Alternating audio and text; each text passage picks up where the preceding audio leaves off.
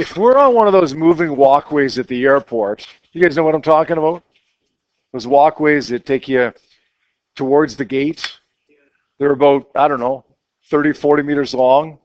They save you from walking 30 or 40 meters when you're already walking like a kilometer in the airport. Somehow that's supposed to be a big savings for you. But I don't know. I think the point of them is just to have fun with them. Walk the wrong way on them or whatever. Say we got a moving walkway that's going this way at 5 meters per second. Okay, moving walkway 5 meters per second this way. Let's say I can walk at 2 meters per second, which is a pretty brisk walk actually, but say I'm walking at 2 meters per second. What's my velocity relative to, oh, see that little convenience store over there? What's my velocity relative to that convenience store over there? The moving walkway can go 5, I can go 2. What's my velocity relative to the convenience store over there? What's the answer, Cal? Meters per second. Okay, it could be 3 meters per second. It could be. When would it be 3 meters per second? If it's going this way at 5, and I can walk at 2 meters per second, the velocity, my velocity relative to the ground would be 3 meters per second if I was going the wrong way on the moving walkway. Right? Does that make sense? Right, if I was going the same way, the right way on the moving walkway, then my relative velocity would be 7 meters per second. You ever done that on an escalator? Like when you're going down on an escalator or on that moving walkway, you walk in the direction that it's moving. It's moving at 5 meters per second, and you walk at 3 meters per second, and you feel like you're going so fast relative to that store over there or to that person over there. Or if you happen to be going the wrong way on it, you feel like you're going so slow. That's relative motion. We can do relative motion right now if we're analyzing a relative motion problem in one dimension. If the moving walkway is going 5 meters per second one way and I'm going 2 meters per second the same way or the opposite way, I can figure out what my relative velocity is. It's either 7 or it's 3. If I'm on an airplane that's traveling at 800 kilometers per hour to the east and I throw a baseball on that airplane at 100 kilometers per hour, which I wouldn't recommend because it might get you arrested. But if you throw that baseball at 100 kilometers per hour on that airplane, well, then the velocity of the baseball relative to the ground, or the relative velocity of the baseball, would be either 900 kilometers per hour, or it would be 700 kilometers per hour. It depends upon which direction I throw that baseball. We can figure that out, though, right? We just need to know whether we add a positive value to the 800 or a negative value to the 800. If we know that, then we can add them, right? When we're finding a relative velocity, we add vectors together.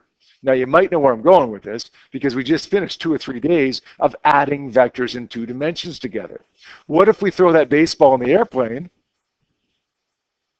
across the aisle to our buddy across the aisle? He's sleeping, and you throw this airplane at 100 kilometers per hour at him across the aisle. So the airplane is moving to the east, but I throw the baseball to the north. I still have to add the vectors together to get the velocity relative to the ground, but adding the vectors together isn't as easy as saying 800 plus 100 is 900 or 700. We got to draw a vector diagram, and remember what the goal is, right? Get a right-angled triangle. Combine them to get our relative velocity.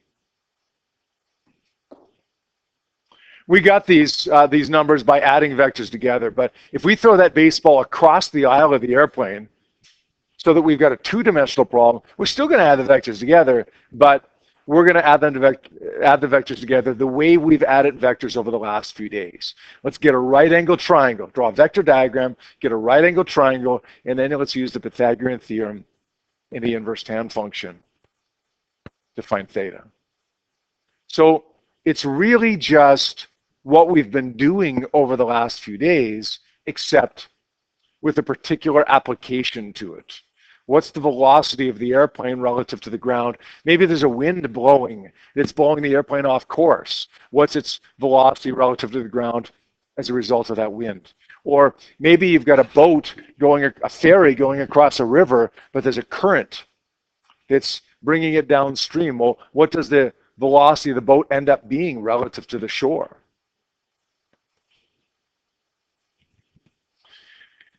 This is my little thing, my little way of doing this. I express in each of these problems two solid line vectors, which solid line vectors to me are going to correspond to vectors that contribute to what actually happens. They contribute to what actually happens. They're not what's actually happening. So let's say there's a wind blowing to the east that blows the airplane off course. Well, that contributes to where the airplane actually goes, but it's not where the airplane goes. Let's say that you're trying to swim across the river and there's a river current downstream of 3 meters per second. Well, you don't end up going 3 meters per second downstream. Like, you don't end up going in the same direction as the river current if you're trying to swim across the water. You end up going kind of diagonal. But the river current contributes to where you go. We're going to make that a solid line vector. A dotted line vector, on the other hand, is a vector that doesn't contribute to where I go or doesn't contribute to my actual motion.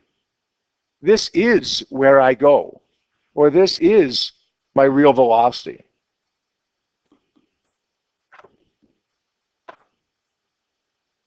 We'll call that the relative velocity.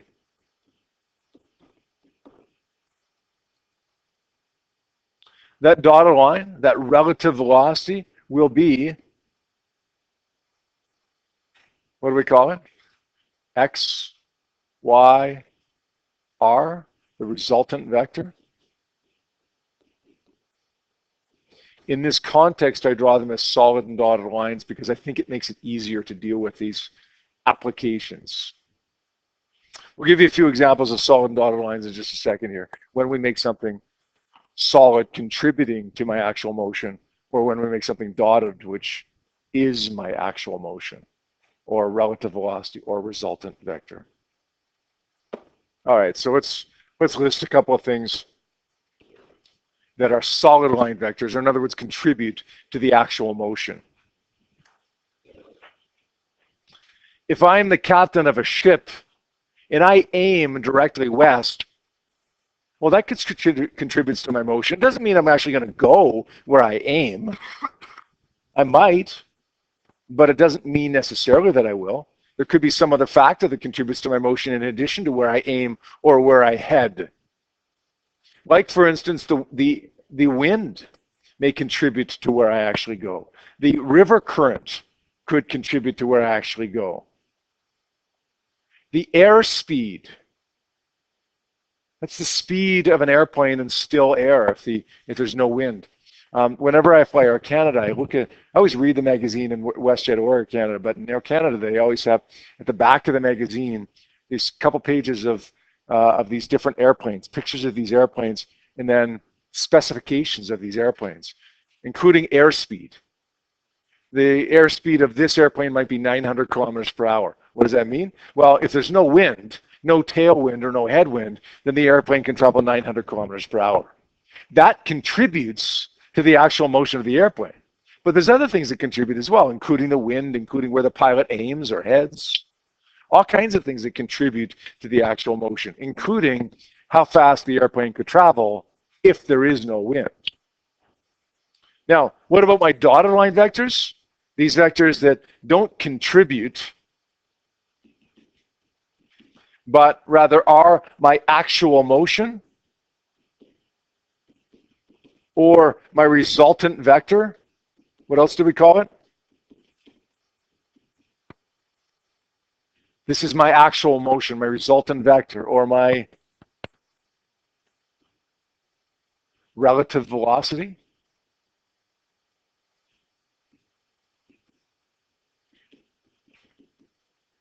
These things over here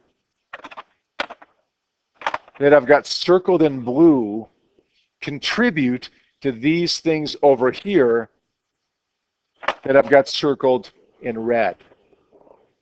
So this is what really happens, but what really happens because of what I've got circled in blue. So blue leads to red. Blue, my solid line vectors, contribute to my dotted line vectors, what I have circled in red. What's my actual motion? Well, where the airplane or the boat or whatever it is actually goes. If I was swimming across the river and I end up going 37 degrees south of west, that's where I end up going. We would make that a dotted line vector, because that's my actual motion that happened because of the way that I aimed and because of the river current. Two solid lines made a dotted line.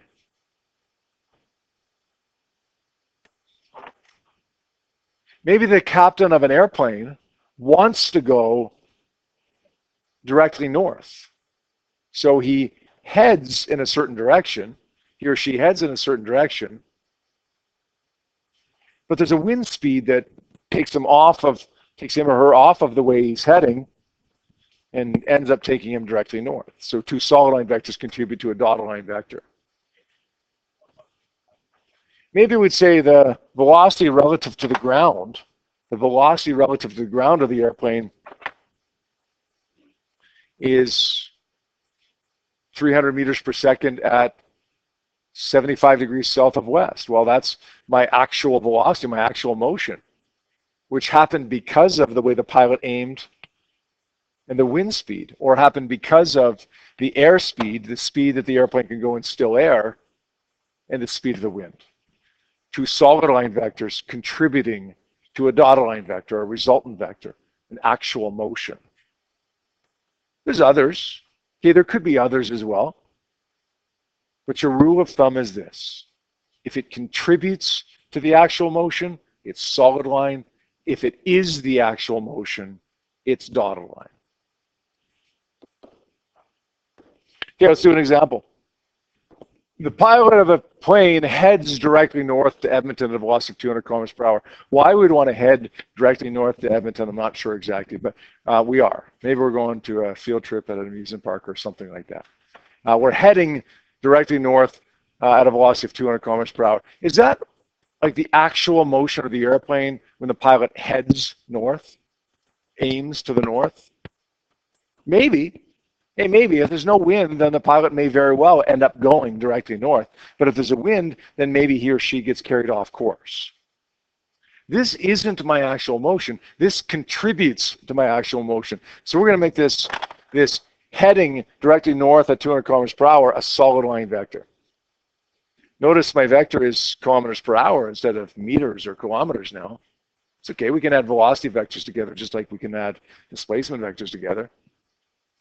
There's a wind blowing to the east, 50 kilometers per hour. Is that my actual motion, or does that contribute to my actual motion? 50 kilometers per hour wind. Like, do you go in the direction of the wind?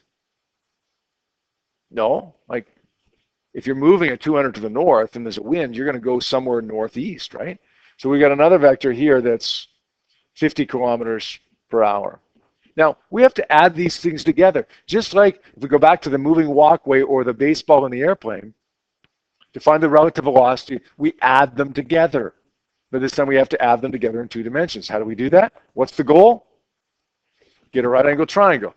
And how do we do that right angle triangle? Make sure we draw our vectors. 3 words? No. Head to tail. Right? Front to back. So we could draw it right here. Does that work? Yeah, that works. We could have drawn it down here. That would have worked, right? That would have worked. We could not have drawn it here because that would be back to back. And we couldn't have drawn it here because that would be front to front or head to head. So the one that we have drawn works, so let's go with it. Now our resultant vector, which is the sum of these two vectors, which is my actual motion, where I actually end up going, is R. Where am I going to draw my angle? Position 1, 2, or 3? Pick a number, any number. 3. That's right. Because it's always drawn at the start of my diagram where it's back to back. We can find the value of R. Now this is easy, right? Compared to some of the stuff you've done over the last few days, it's easy. We're going to say 200 squared plus 50 squared. Square root that.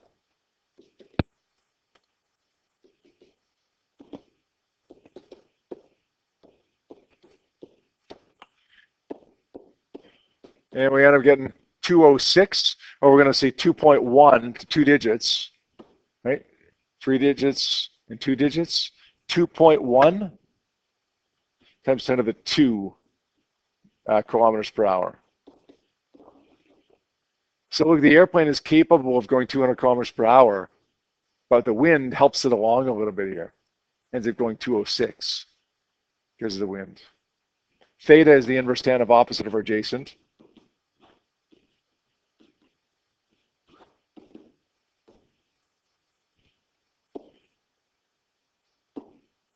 $50 divided by 200 gives us 14 degrees. 14 degrees what of what? Last thing I need to ask you here today. What of what? Yeah. We would be east of north, right? And it would be east of north because we're going north. You see here we're going north, and then we're going east. East after north or east of north. So where does this airplane actually end up? I don't know, like Vegreville? Lloydminster? I don't know. We aim directly north, but intuitively, you know, if there's a wind going to the east, you're going to end up somewhere northeastish, right?